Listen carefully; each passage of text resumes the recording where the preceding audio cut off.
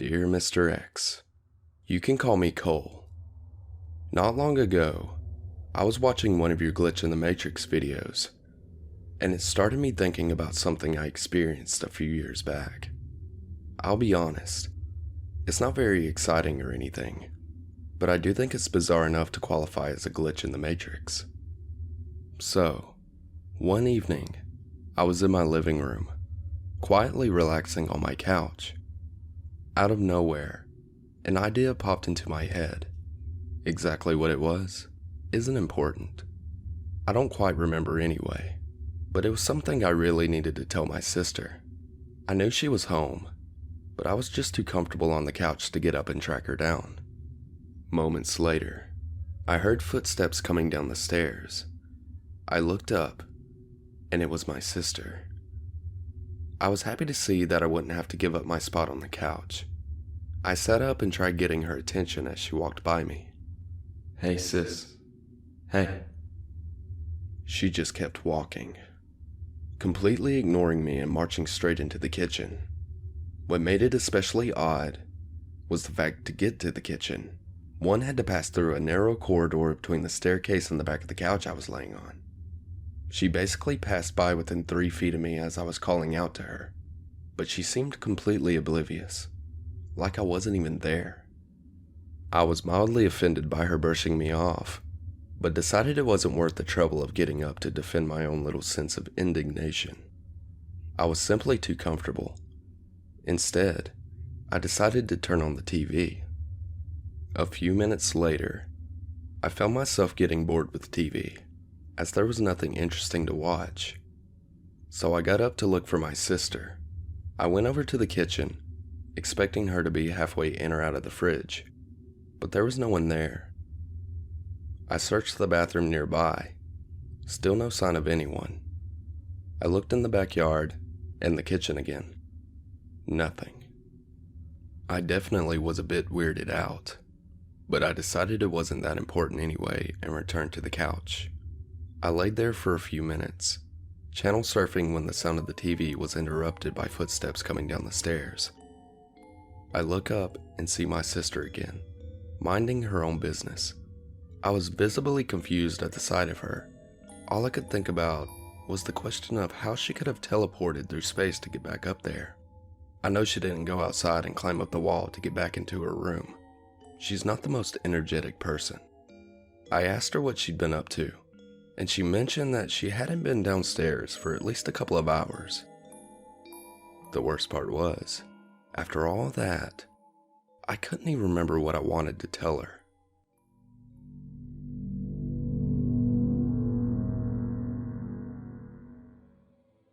Dear Mr. X, my name is Teresa. I'm 49 years old, and I've been listening to your videos about glitches in the Matrix, like the story of your dad being shot. However, the account of your military friend inexplicably missing a chunk of time is something I was particularly glad to hear. It was my first time hearing a story like that I could identify with, because it's happened to me on many occasions throughout my whole life. When I was a child, I could consciously control how and when I missed time. I used to think of it as a sort of daydreaming. Wherever I was, I could always take a trip to this other place, play there a while, and drop right back into my reality. I'd go to a place where I lived in a different time, had different friends and even a different bike. I still remember the other bike I used to ride. One time though, I ended up standing in the middle of an intersection with my dad yelling frantically at me to come back to the sidewalk. That was the last time I did it on purpose. I guess I spaced out and didn't realize it at the time. As I've grown up, I seem to have lost control over that ability. Nowadays, it usually happens when I'm driving. Recently, I was leaving my friend's house. As I drove down the street, I noticed my phone had fallen to the floor in front of the passenger seat of my car.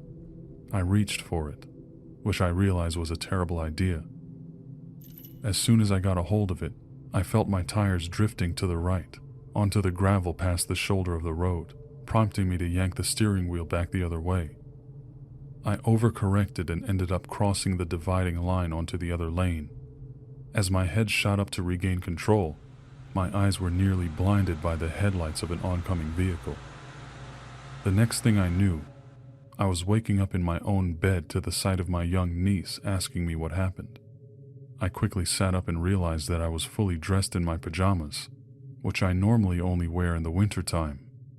I walked out into my living room to find all my things in disarray. Pillows, papers, rugs.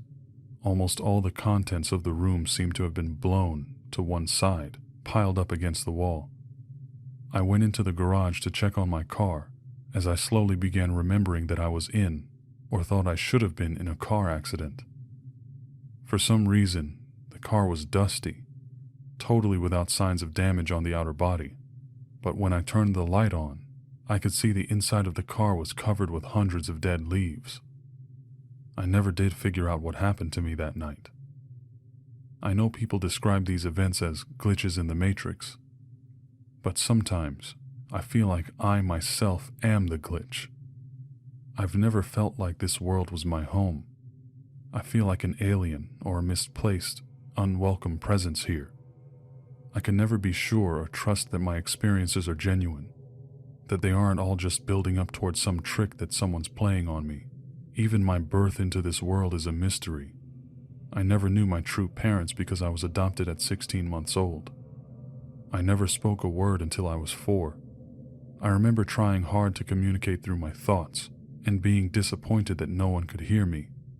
My adopted family thought I was deaf or mute for the longest time. I knew something was wrong with me when I began going to school. I would escape from this reality, this place I didn't believe in, every chance I got. I coped with my hostile, unfamiliar surroundings by escaping into another world. It took me until the age of 10 before I finally relented, abandoning all I had fought so hard to hang on to, the fact that I didn't belong here, that the existence I was meant for was out of my reach. I decided to try assimilating into the world I had in front of me, even if it was a lie. I went to school for years, finally dropping out at 16 to get a job. I tried moving from one religion to the next, searching for some semblance of meaning, only to find disappointment and ulterior motives. I ended up meeting a man, fell in love, got married and had a child. As soon as I found out about my pregnancy, I knew it was a girl. When I gave birth, I had no pain at all, no drugs either. The doctor laughed and said not to bother coming to the hospital next time. For the next 12 years, I slowly began to forget my past life. I watched my daughter grow and spent time with my husband until one beautiful Sunday morning, he took his own life in front of me. That day, my matrix fell apart. Its pieces shattered and fell around me in sharp, jagged shards. What was left behind was the framework I had always known in my youth, full of the dark truths I had struggled to forget over the years. My daughter and I went to stay with friends, and I slowly began to lose touch with this reality.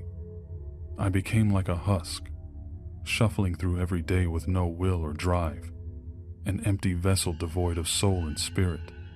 It was as if I was being punished for letting myself get too attached to this world, a place where I was never truly meant to exist at all. The stress caused me physical pain, and I realized it was the first pain I had ever felt in my entire life. Up until that time, pain had been a foreign concept. Being without pain was so normal to me that I never fathomed or understood the idea of it. The feeling of pain was so overwhelming that I lay down and began thinking of ways to end my own life. As I laid there, I could feel my mind reaching out to that other place again, just like old times. It started with a tiny vibration in my forehead that escalated until it felt as if my skull would crack under the pressure. Fully awake, I ascended into a dark tunnel. I could feel the sensation of my body falling as my mind flew up into a black sky. I was so close to making it back to my home when the thought of my daughter entered my mind, instantly snapping me back to Earth. I thought about her and how young she was. She had just graduated from the 8th grade, and I had only a few years to make a difference in her life before she went out into the real world. Although I knew this world may not be mine, It was hers, and I couldn't leave her because of it. I did fairly well with her as my focus until she went away for college. The feeling that my job here was done came back to me that very night, like I no longer had a place in this world. I was diagnosed with a tumor in my stomach, which caused me to have to get blood drawn every 90 days.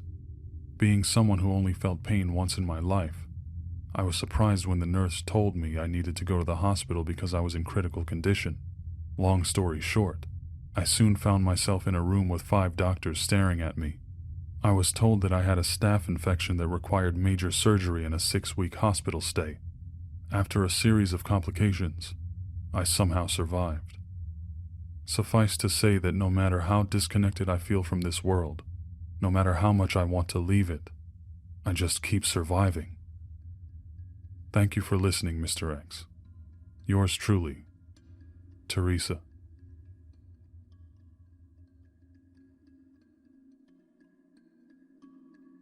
Greetings, friends.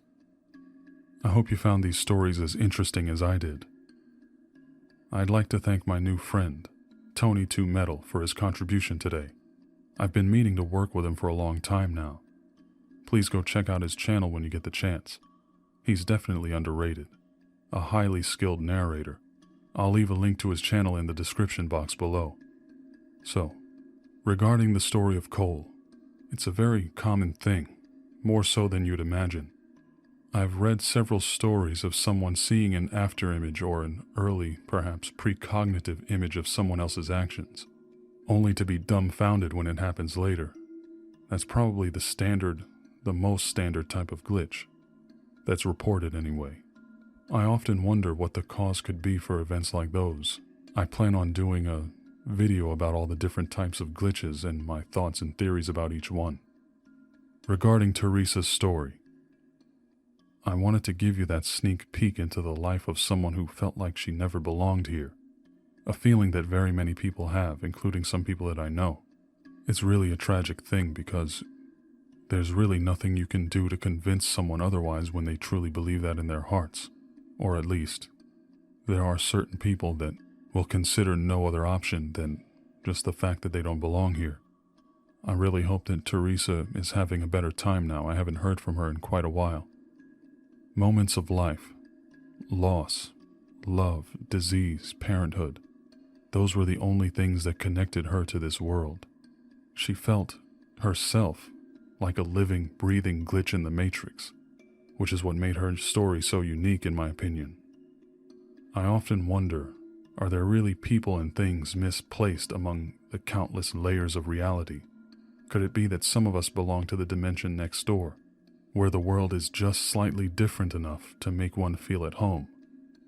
As I was reading that story, I wondered if perhaps somewhere some version of Teresa passed away in that car accident and woke up in the adjacent dimension, if there is such a thing. An interesting concept at the very least. If you find yourself among those who feel that sense of misplacement, my friend, I can say only this. You are here, regardless of what you want. You are here, now, and we're in this together. Whatever your situation, do your best to be happy and bring joy to others. You're much more capable of that than you think. Trust me, I believe in you. Stories like this, the ones you don't hear anywhere else, are the reason I work so hard on this content. So thank you, Teresa and Cole, and all those who tell me your experiences. I truly love you guys. By the way, there's something I've been meaning to tell you guys along the lines of glitches. Not long ago, I was traveling on a plane from Dallas to Fort Lauderdale, Florida, and I looked down as we were making our approach into Fort Lauderdale, and I noticed these bright lights, like huge orbs of light, that look normal, like maybe the bloom that you would see from a street light. But when I looked closely at where they were, many of them were in really bizarre places, like the middle of someone's lawn, or in an open area just on a patch of grass. And I was wondering, why in the world are there lights there? And I'm not talking about just a couple of them, I mean hundreds of lights. It's almost as if someone was programming that texture down there and didn't expect anyone from a plane to look too closely on it. It gave me that weird feeling, almost like I was playing Grand Theft Auto or something like that, and the ground textures hadn't completely loaded yet, but I was looking at a partially loaded landscape. It was a really bizarre experience, and it wasn't the first time I'd seen that. It's just very strange. Anyway, until next time, my friends, I'm Mr. X, and may your nights be full of dreams.